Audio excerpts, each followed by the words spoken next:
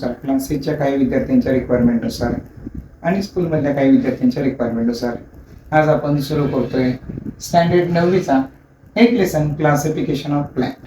बघूया आपण classification of plant हा 9चा असणारा लेसन अगदी थोडक्यामध्ये इन वन शॉर्टमध्ये आपण हा कव्हर करण्याचा प्रयत्न करणार आहे.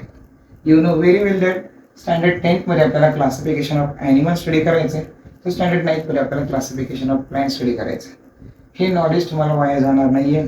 तुम्ही ज्यावेळेस डिग्रीलाही जाणार त्यावेळी तुम्हाला क्लासिफिकेशन ऑफ प्लांट ॲनिमलची गरज तुम्हाला पडणारच आहे. आफ्टर दॅट ज्यावेळी आपल्या स्पर्धा परीक्षेसाठी आपण ट्राय करतो त्यावेळेस सुद्धा सायन्सच्या बेसिक नॉलेजमध्ये यांना तितकाच इम्पॉर्टंट रोल आहे. Okay, let start. स्टँडर्ड 8 मध्ये असताना आपण रॉबर्ट विटेकर यांचं लिव्हिंग ऑर्गॅनिझमचं क्लासिफिकेशन शिकलो होतो. सेम मॅनरमध्ये इथेही आपल्याला एक टेबल येतो, तो म्हणजे लिव्हिंग ऑर्गॅनिझमचा टेबल येतो. कुठला येतो? Living organism. ओके, ठीक आहे. या टेबलमध्ये जर तुम्ही बघितलं असेल दोन नाव आले, साईडला टेबल तुम्हाला दिसतच असेल. पहिलं नाव आले प्रोकॅरियोटिक, आले का बघा? प्रोकॅरियोटिक. आणि इकडे आहे यूकॅरियोटिक. आपण अगदी प्लांट जरी क्लासिफाय करायचं म्हणलं किंवा ॲनिमल जरी म्हणलं तरी पहिला क्रायटेरिया हाच असतो, प्रोकॅरियोटिक, यूकॅरियोटिक. absence of nucleus, presence of nucleus. Nucleus नसणारे अत्यंत स्मॉल मायक्रोब सुद्धा याच्यामध्ये येतात आणि न्यूक्लियस असणाऱ्यांमध्येही स्मॉल मायक्रोब येतात. फक्त यांच्या स्ट्रक्चरमध्ये मायनर लेवलला फरक आहे. मग प्रोकॅरियोटिक मध्ये कोणता किंगडम येतो? स्टँडर्ड 9th मध्ये असताना तुम्ही शिकलाय किंगडम मोनेरा. यांचा एकच किंगडम येतो, मोनेरा. 8 मध्ये असताना रॉबर्ट विटेकर यांचा पहिला किंगडम आठवत असेल तर युनिसेल्युलर असणारे ऑर्गॅनिझम. मी सांगत असतो की एवढे स्मॉल येते की सुईच्या टोकावरती लाखो जण बसतील, एवढे स्मॉल येते. यांचा स्टडी प्रोकॅरियोटिक मध्ये येतो. आणि मोनेरा आला तर यूकॅरियोटिक मध्ये कोण येतो? यूकॅरियोटिक मध्ये 2 टाइप्स येतात, एक युनिसेल्युलर, एक मल्टीसेल्युलर. याच्यामध्ये क्लासिफिकेशन करताना आपण एक युनिसेल्युलर करतो तर एक मल्टीसेल्युलर करतो. याला आपण युनि आणि याला आपण मल्टीसेल्युलर इन शॉर्ट मध्ये म्हणूया. Only one cell and it has contain more than one cell. याच्यामध्ये क्लासिफिकेशन आपण करतो. युनिसेल्युलर मध्ये एक किंगडम येतो, कोणता येतो? प्रोटिस्टा. ध्यानात ठेवा, इकडे मोनेरा आला होता, इकडे प्रोटिस्टा आलाय. What is difference between them? हा सुद्धा युनिसेल्युलर आहे, हा पण युनिसेल्युलर आहे, but it does not contain nucleus, it contain the nucleus. Okay, in that another type is a multicellulars. Okay, या मल्टीसेल्युलर मध्ये 2 टाइप्स येतात, with cell wall, without cell wall.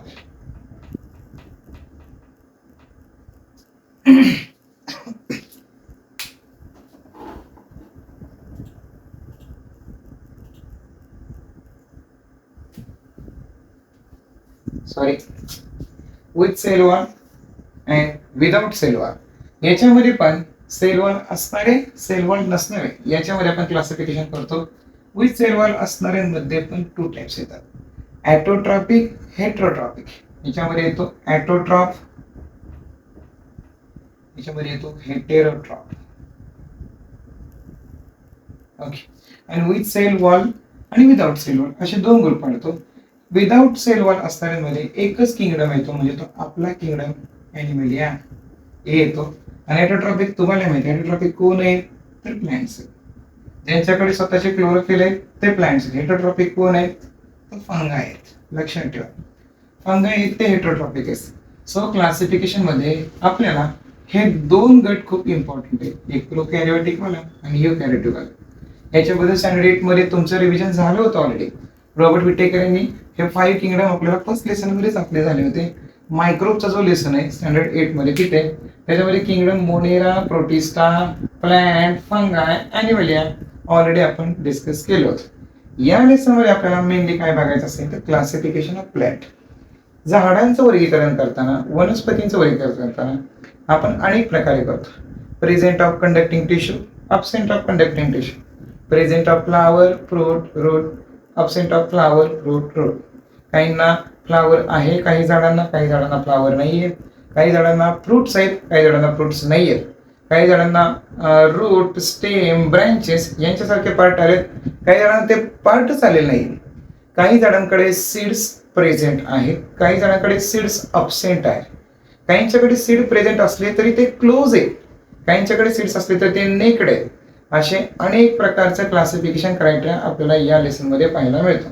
So according to that placed classification of criteria, the classification of plant is mainly classified into two types, cryptogams and phanerogams.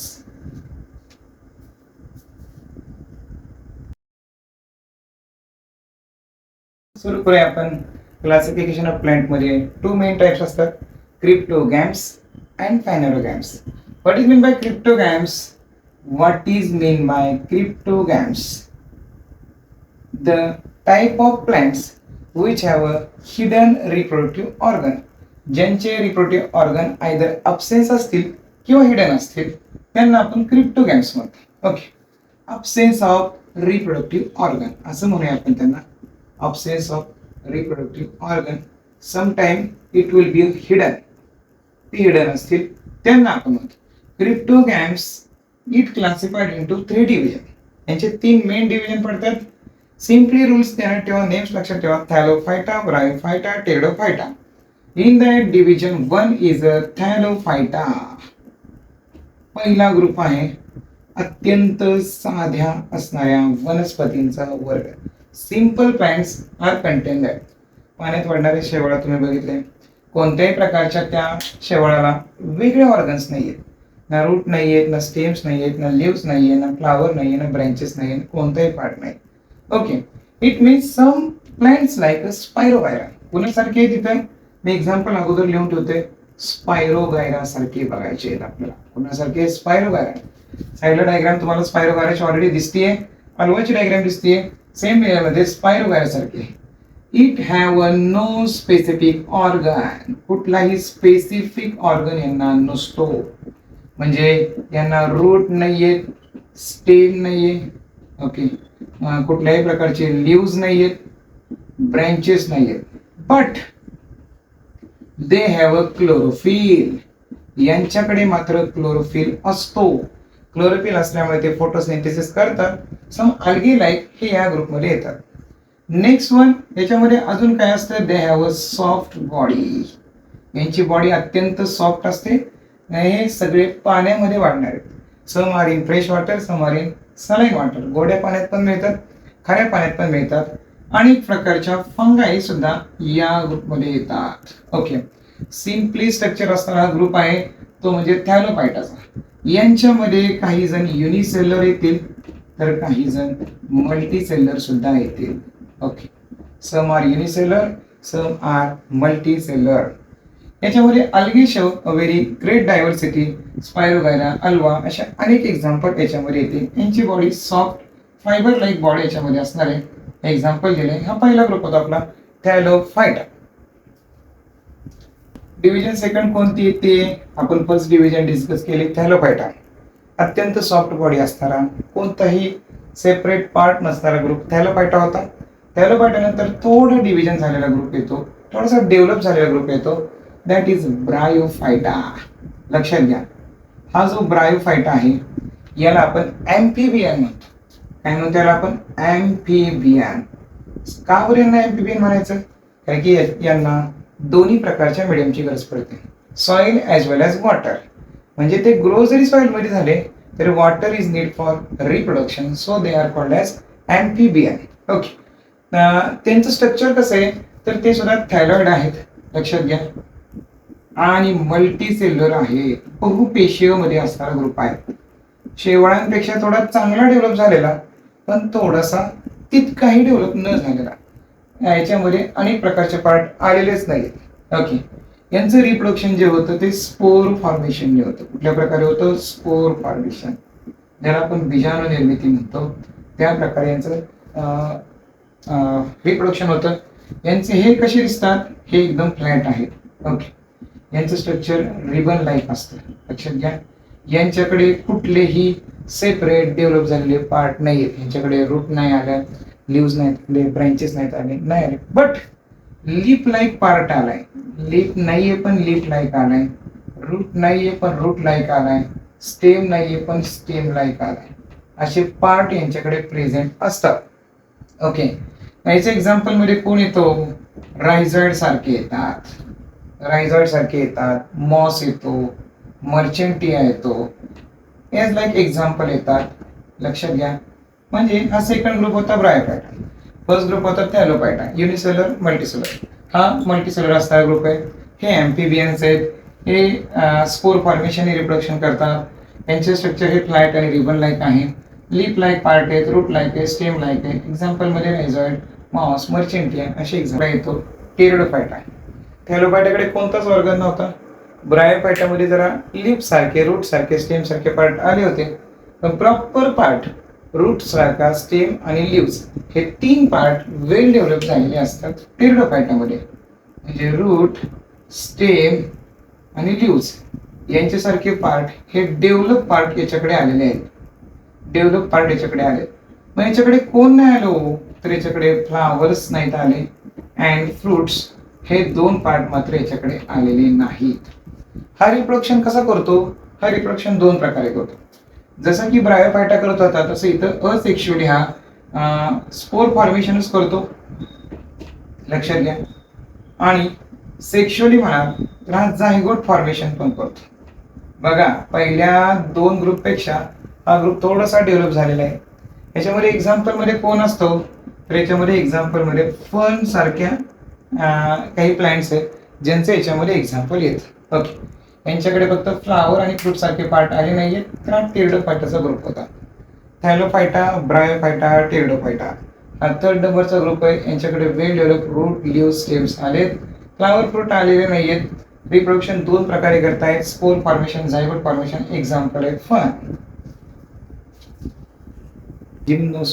फायनेरोगॅम्स, sorry क्रिप्टोगॅम्स नंतर येतो फायनेरोगॅम्स. याला म्हणलो होतं आपण absence of reproductive organ. याला फक्त एवढंच म्हणणार आपण, प्रेझेन्स ऑफ रिप्रोडक्टिव्ह ऑर्गन. याच्याकडे रिप्रोडक्टिव्ह ऑर्गन हे प्रेझेन्स आहेत. ओके. प्रॉपर असे सीड्स आलेले आहेत, प्रॉपर असे फ्लावर्स आहेत, फ्रुट्स आहेत.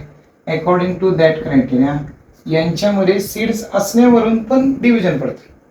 काहींच्या बिया ह्या उघड्या, म्हणजे आपण उघड्या डोळ्यांनी बघू शकतो. म्हणजे की ज्वारी बघा तुम्ही, बाजरी बघा, ज्वार यांच्या बिया तुम्हाला अगदी ओपनली दिसतात. पण काहींच्या बिया ह्या अशा झाकलेल्या आहेत.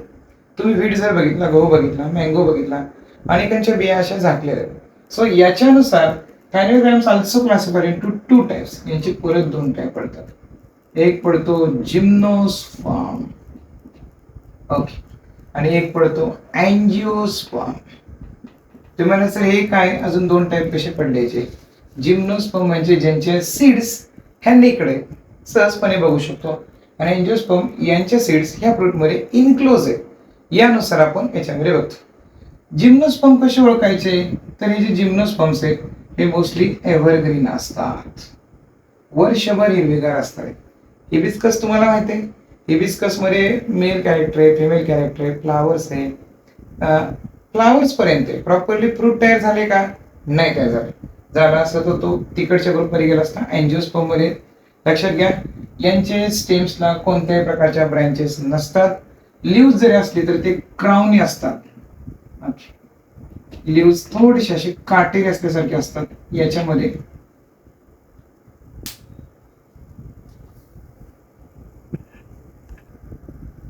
तुम्हाला सांगितल्याप्रमाणे काटेरी असल्यासारखे असतात. हिबिस्कसचे एक्झाम्पल सांगितले तुम्हाला. हिबिस्कस जर बघितला तर त्याच्यामध्ये तुम्हाला माहिती आहे अँड्रोशियम असतो, गायनोशियम असतो, कॅलेक्स असतो, कोरोला असतो. फ्लावरकडे दोन्ही पार्ट दिसतील तुम्हाला, मेल फिमेल असेल, पण फ्रूट नाही तयार होत. हे या जिम्नोस्पर्म मध्ये फ्रूट अजिबात सुद्धा फॉर्म होत नाहीये. लक्षात घ्या, fruit does not form. Okay. Seeds जे आहेत यांच्यावरती नॅचरल कव्हरिंग नसतं. Seeds does not have natural covering. यांच्याकडे नॅचरल कव्हरिंग आहे का? तर नाहीये. Does not have natural covering. That is called as a gymnosperm. Gymnosperm मध्ये एक्झाम्पल कोण येतं? एक्झाम्पल येतं सायकस. याच्यामध्ये सायकस एक्झाम्पल आहे. पिशी आहेत, क्रिसमस ट्री ज्याला म्हणतो आपण, त्याच्यासारखे एक्झाम्पल याच्यामध्ये येतात. क्रिसमस ट्री सारखे एक्झाम्पल याच्यामध्ये येतात. हा पहिला ग्रुप होता आपला जिम्नोस्पर्म. दुसरा ग्रुप आहे अँजिओस्पर्म. ओके. एक जिम्नोस्पर्म, एक अँजिओस्पर्म. हा एव्हरग्रीन आहे? हो, हा पण एव्हरग्रीनच आहे. याच्यात काय डेव्हलपमेंट झाले? याच्याकडे फ्रूट नाहीयेत, याच्याकडे फ्रूट आहेत. ओके, यांना नॅचरल कव्हरिंग नाहीये, इथल्या बियांना नॅचरल कव्हरिंग नाहीये, इथल्या बियांना नॅचरल कव्हरिंग असतं. म्हणजे नसणारा पॉईंट इकडे आहे, नॅचरल कव्हरिंग. इकडे एक्झाम्पल काय येतील, सगळे वेल डेव्हलप झालेले आहेत, ॲज लाईक मँगो सारखे सगळेच वेल डेव्हलप झालेले. तुम्ही जर बघितलं असेल नॅचरल कव्हरिंग आहे, प्रॉपरली सीड कव्हर केलेले आहे. ओके, सीड्स वरती असणारा प्रॉपर कव्हर त्याला आपण अँजिओस्पर्म असं म्हणतो. आणि हो, प्रॉपरली म्हणलं तर यांचे जे रूट्स आहेत ते सुद्धा वेल डेव्हलप झालेले असतात. लक्षात घ्या, असे फायबरस रूट नसतात, यांचे रूट्स आहेत टॅप रूट सारखे असतात. आणि मग अँजिओस्पर्म डेव्हलप झालेल्यांमध्ये पण दोन प्रकार पडतात. काही बियांचे दोन समान भाग होतात, काही बियांचे दोन समान भाग होत नाहीत. तुम्हाला पण माहिती आहे, काही बिया, आता तुम्ही गव्हाचं बी जर घेतलं आणि त्याला मधून कट केलं तर 2 इक्वल पार्ट्स होणार नाही. पण तुम्ही हरभऱ्याचं बी घेतलं आणि त्याला मधून कट केलं, वाटाण्याचं बी घेतलं, पी प्लांट, त्याला मधून कट केलं तर त्याचे 2 इक्वल पार्ट्स होतील. म्हणजे काहींचे 2 इक्वल पार्ट्स होतील, काहींचे 2 इक्वल पार्ट्स होणार नाहीत. याच्यावरून याचंही क्लासिफिकेशन होतं मोनोकॉट आणि डायकॉट. अँजिओस्पर्म मध्ये परत दोन प्रकार, एका बाजूला येतो डायकॉटिलिडॉन्स आणि एका बाजूला येतो मोनोकॉटिलिडॉन्स. तुम्हाला बोर्डवरती ऑलरेडी डिफरन्स टेबल मी दाखवलाय. डायकॉट कोणाला म्हणतो आपण, ज्यांच्याकडे 2 सेपरेट इक्वल पार्ट होतील, 2 कॉटिलिडॉन्स. मोनोकॉट म्हणजे ज्यांच्या बियांचे 2 इक्वल पार्ट्स होणार आहेत त्यांना मोनोकॉट म्हणतो आपण. बर, रूट कसे असणार आहेत डायकॉटचे? डायकॉटचे रूट हे वेल डेव्हलप असतील. मोनोकॉटचे असणार आहेत ते थोडेसे फायबरस रूट असतील, अगदी हलके फुलके रूट्स असतील. स्टेम कसे असणार आहे? डायकॉटची स्टेम एकदम स्ट्रॉंग असणार आहे. इकडे स्टेम कसे असणार आहे तर हॉलो स्टेम्स असणार आहे, कधी फॉल्से असणार आहे, कधी डिस्क शेपचे असणार आहे. लिप कसं असतं? लिपला रेटिक्युलेट व्हेनिशन, म्हणजे तुम्ही जर लिपचा शेप जर बघितला तर रेटिक्युलेट व्हेनिशन या प्रकारे असतात. इकडे कसं असतं lip? Direct parallel व्हेनिशन.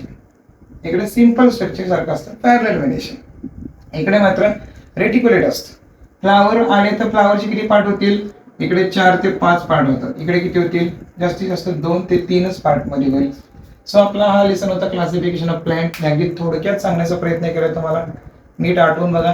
Classification of plant या लेसन मध्ये सगळ्यात पहिल्यांदा आपण रॉबर्ट विटेकर यांचा टेबल मेमोराइज केला होता. Kingdom monera, protista, फंगाय, plant, animal. त्याच्यानंतर क्लासिफिकेशन बघताना आपण 2 गट पाडले, क्रिप्टोगॅम्स, पॅनोग्राम्स. क्रिप्टोगॅम मध्ये 3 गट सांगितले तुम्हाला, थॅलोफायटा, ब्रायोफायटा, टेरिडोफायटा. पॅनोग्राम्स मध्ये 2 प्रकार बघतोय आपण, जिम्नोस्पर्म, अँजिओस्पर्म. आणि अँजिओस्पर्म मध्ये 2 टाईप बघितले, एक डायकॉटिलिडॉन्स आणि एक मोनोकॉटिलिडॉन्स. थोडक्यामध्ये मी तुमचा 9चा हा लेसन कव्हर केलाय. लेसन मध्ये अजून काही शिकवताना काही चेंजेस हवे असतील तर मला कमेंट मध्ये सांगा. व्हिडिओ आवडला असल्यास लाईक करा, चॅनेलला सबस्क्राईब करा. थँक्यू.